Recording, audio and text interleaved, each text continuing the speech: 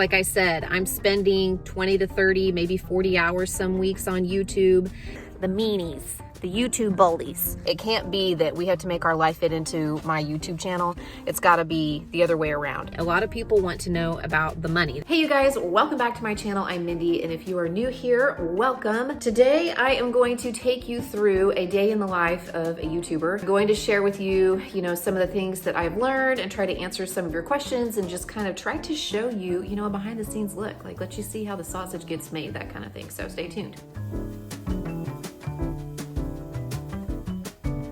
All right, you guys, I want to start out by saying that I am not an expert. There is nothing special about me. I don't mean that to be self-deprecating. I just mean I do not have any special certifications or any special training. I didn't take any special classes to become a YouTuber. I have a bachelor's in music education, a master's in choral music education. I was a classroom teacher for 11 years. And when we moved to Tulsa and my husband took a more demanding, time-consuming ministry job, I decided to quit my teaching job so I could be at home with my family. And I started this channel as kind of an outlet for my creativity, just to have something of my own. But everything that I have learned about YouTube, I have learned from watching other YouTube channels. Yes, there are YouTube channels specifically about starting a YouTube channel or running a YouTube channel. I will leave a few of them linked in the description box below that I have watched or continue to watch. And also, just good old fashioned experience, just kind of diving in and learning some things as I go, making other YouTube creator friends and, kind of bouncing ideas off of each other. So I am filming a video today. So I thought I would take you along with me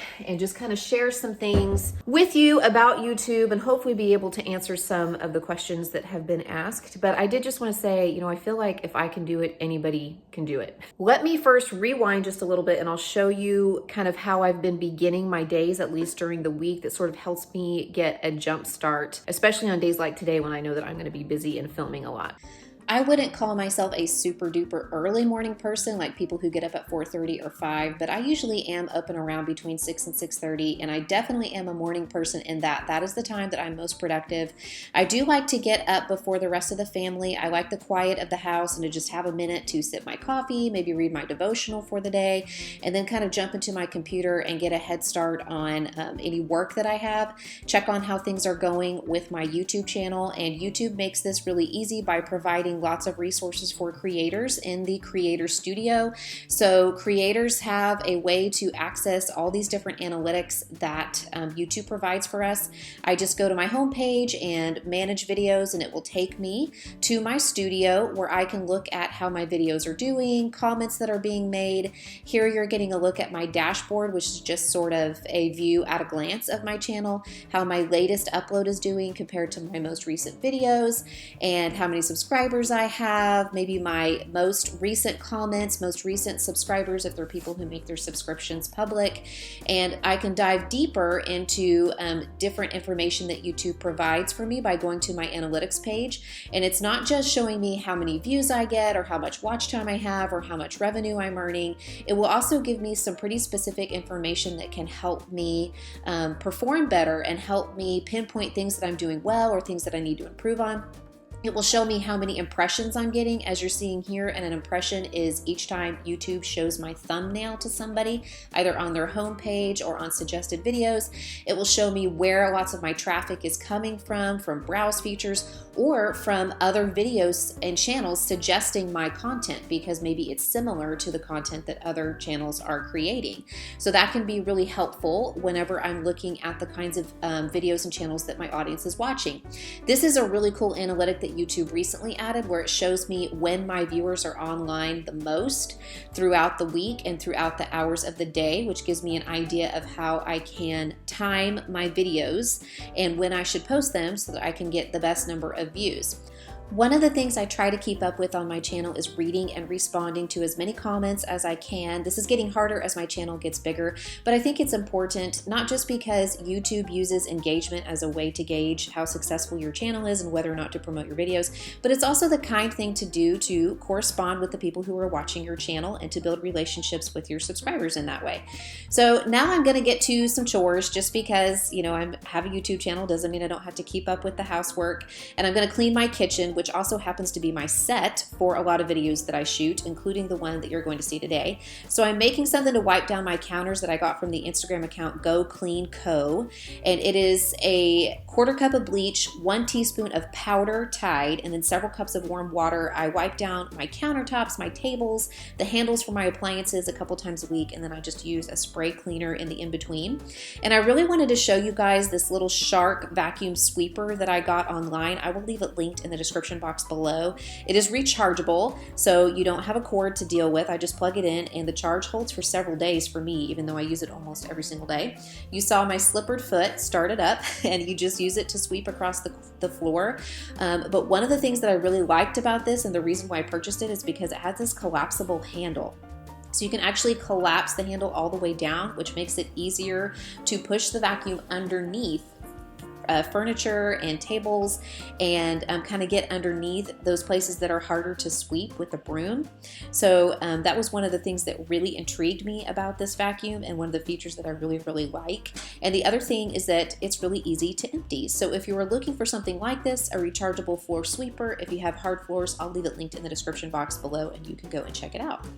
Okay, so the kids are off at school, and I've kind of finished up my morning chores. I've gotten myself ready, and now I'm getting ready to start filming. I am filming a pantry organization and clean out video today for you guys. I think you will have already seen that by the time this one goes up. But I wanted to hop on here first and say that I film everything on my phone. I don't have a camera. I have an iPhone 11. For the first year and a half, I filmed on an iPhone 6, and I upgraded to an iPhone 11 in November of 2019, and that is what I have been using. It is on my list to eventually invest in a camera, and some of the reason why I have not done so is because I hate having to learn new technology. So learning a new camera, especially when I hear my friends talk about it and kind of the learning curve with it, I just didn't want to throw that into the mix. I'm sorry if that's a disappointment to some people, but I have filmed everything, all of my videos, hundreds of videos on an iPhone. I don't really have a lot of special equipment in general. I have a little bitty tripod that I set my camera in whenever I am like filming in the kitchen or doing dinner videos or chatting with you guys. And I will show you a picture right now of how I have that set up in my kitchen. I have literally a bowl turned over upside down in an old shoebox.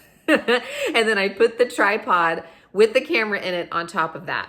I don't have any ring lights. I just try to film in spots in my house that have good lighting. Natural light is always a good idea. I have a mount in my car too whenever I'm filming in my car, and a car is a great place to film because of natural light. So that's why you see me sometimes filming in my car. But I will leave those things linked in the description box if I can find them. But you guys, no special equipment here. I will share with you a little bit more about editing in a bit, but I'm going to get set up and get going on this video.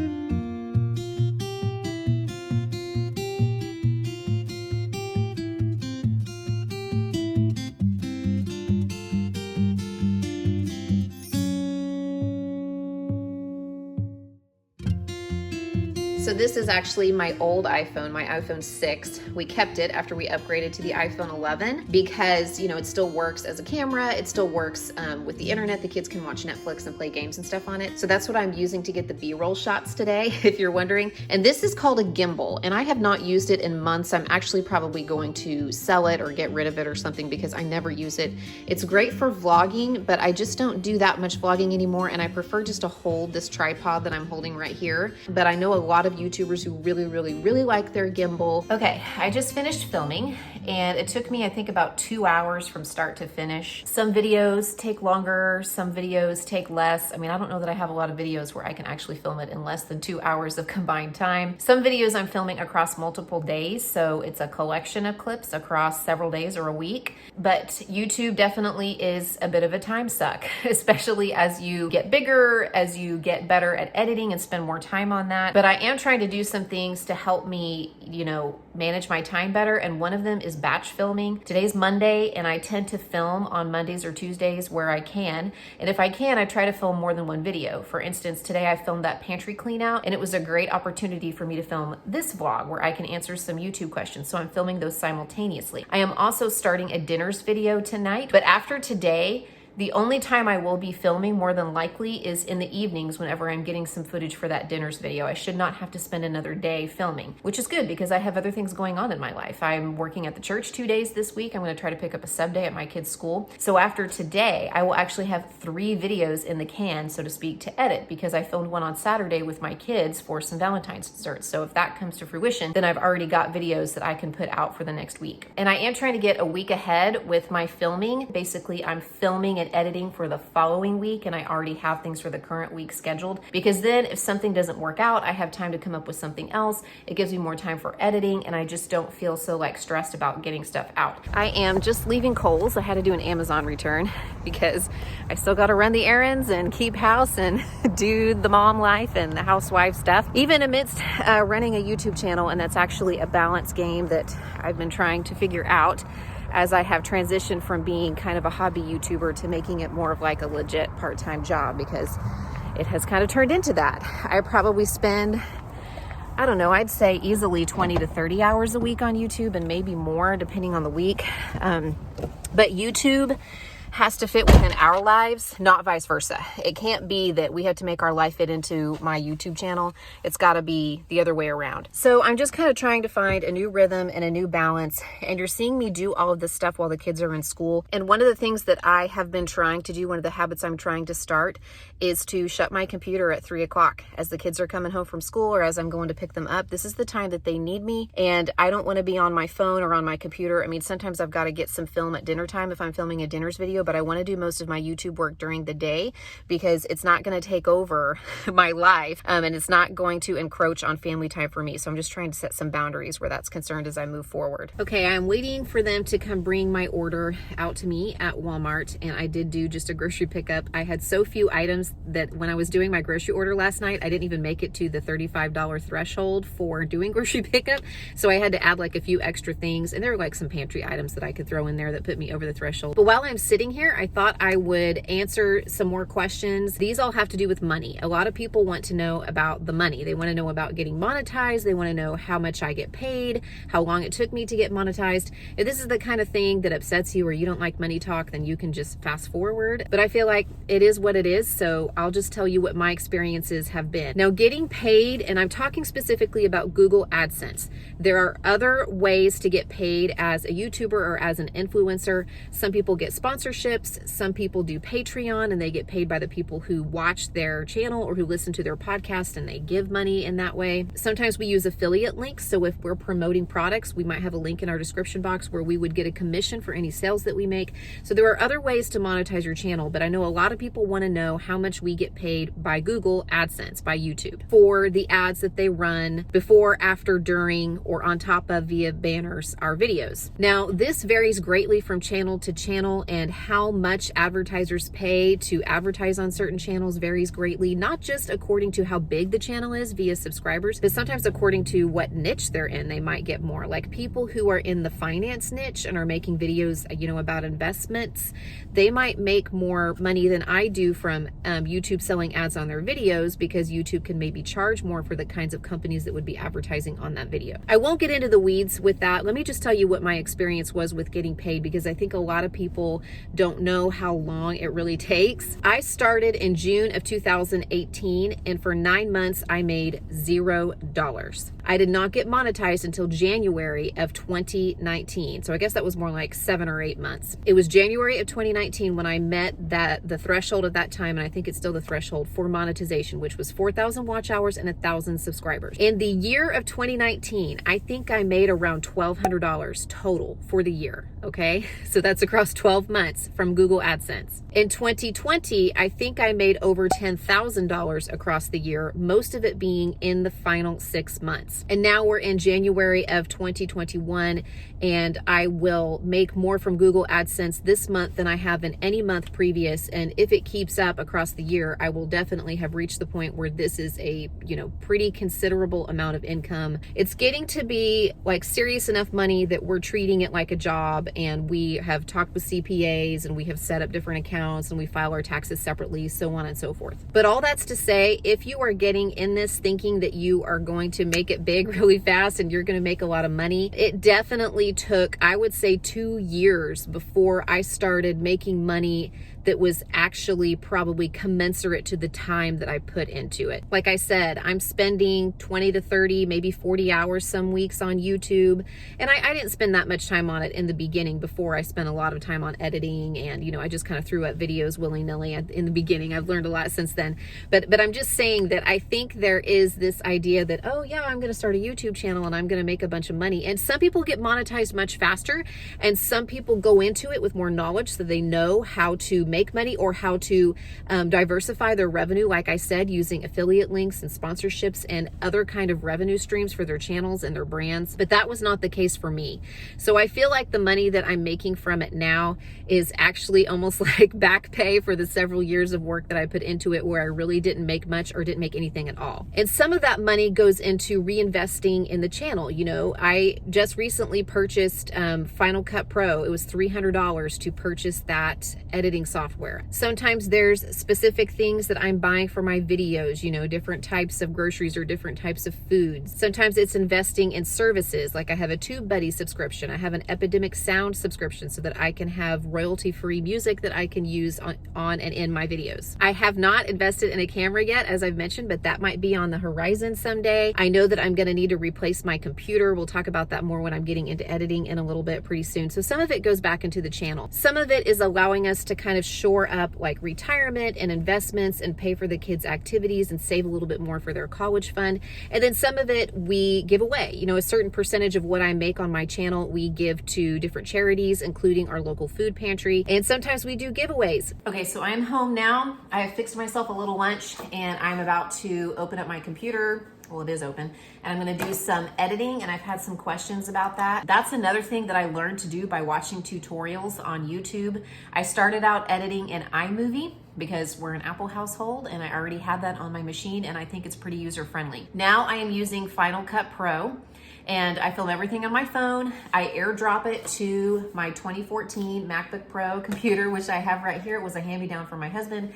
I pull those clips into a folder in Final Cut Pro, and I start editing. I also make sure that I clean off my machine every couple of weeks. I do not keep raw footage from my videos. Once the video is done, I save it as a completed video to my desktop, and then I clear that raw footage out because I have 250 gigs of storage on this machine, but you would be surprised how quickly that fills up when you are working with video. At the end of the month, I take all those completed videos that are on my desktop, I put them into a folder, I label it January 21, and then I move that whole folder into an external hard drive. Now, I'm afraid I don't really have any editing shortcuts. I know people who edit on their phone. I know people who edit their videos on their iPad. I don't think that you have to necessarily have a computer, but I have really loved my MacBook. I will say that I feel like it's taking me longer to edit these days, partly because I think I've gotten a little better at it, so I'm trying to edit a little tighter, but also because I tend to use a lot more B-roll, pictures and images that I'm overlaying on the main storyline, and that's because I really feel like when people come to YouTube, they want to watch you do stuff, you know? They don't want to just hear me talk. If that was the case, I should have a podcast, right? That's why I have kind of gone away from doing any like talking head videos, you know, where you just see like them from here up and they're giving you 5 tips for doing that or 10 tips for doing that. Even the videos like that I watch, they tend to use B-roll, or they're using images. They have things that are popping up on the screen or that are overlaying over the top of the main storyline to keep your attention and to illustrate their points, to demonstrate what it is that they're trying to say, right? That's one of the reasons why I'm filming this video vlog style, is instead of just sitting down and telling you what it's like to be a YouTuber and trying to answer some of your questions, I'm showing you throughout the day. I'm just checking in on this community post that I posted where I asked for questions from you guys about YouTubing. There are a lot of editing questions, so I'm very sorry that I can't go more into depth to that on this video. I've tried to, you know, touch on a lot of these questions throughout the day, but there's one question that I did hunt down at least a partial answer for. Ash Simmerman asked a question for all my favorite channels. If I pay for the YouTube Premium so I don't have to watch ads, do you still make money from that somehow? And if I put playback speed faster than normal, do you still get all of my watch time to support your channel? First of all, thank you so much for, you know, knowing that those things contribute to YouTubers getting compensated. But you asked about YouTube Premium, and I can tell you that we do get some compensation from YouTube Premium subscriptions, because whenever I see the breakdown of what they are dropping into my account from Google AdSense each month, it tells me how much I'm getting from YouTube Premium. Last month, December, is the last month I would have been paid for, because they're a month behind, and I think it was like 1.5% of my overall income from Google AdSense that month was from YouTube Premium subscriptions. I do know there's a little bit from YouTube Premium, but I don't really know what the process is for how they figure that out across multiple channels.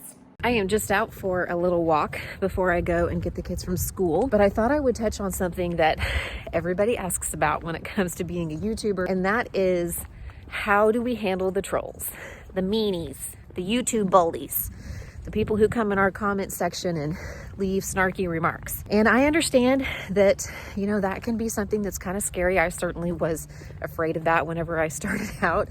You're putting your life up on the internet, and there are all kinds of people who decide that they deserve to have an opinion about that. But I decided a while back that my YouTube channel is not a platform for other people's free speech. Okay, technically it's not even a platform for my own, because YouTube is a publisher. They're a social media platform. They can shut down my channel anytime that they want. So they're the ones who are really in the driver's seat. And then on a smaller scale, I am. So when it comes to the hateful comments or the disrespectful ones, I just press delete and block most of the time. Occasionally I will respond. And it's funny because sometimes whenever I respond by telling them, hey, thanks for the comment, because YouTube reads it as engagement and that helps them promote my video. Whenever I tell them that they're actually helping my channel, even with a thumbs down or with a snarky comment, all of a sudden those comments disappear on their own. That is evidence of that person's poor character, not mine.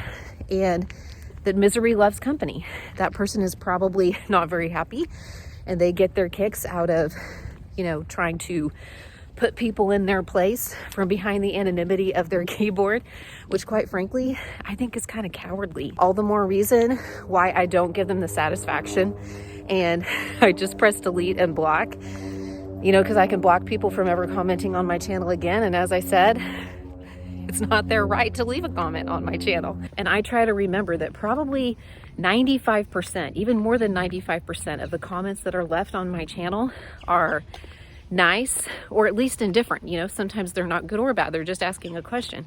But I've had so many kind, nice, encouraging comments from people over the years.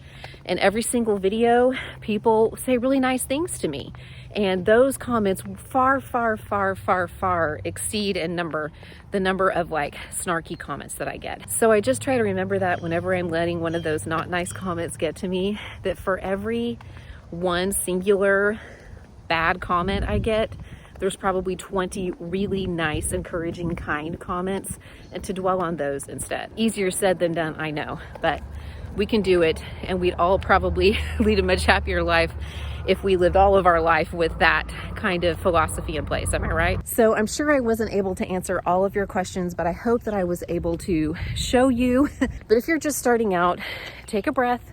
Don't get overwhelmed. I really feel like I kind of took my time learning one skill and then another skill, and then I just keep kind of tweaking it as I go so that I get better and I can make better videos and get them optimized better and just, you know, learn to run the channel better.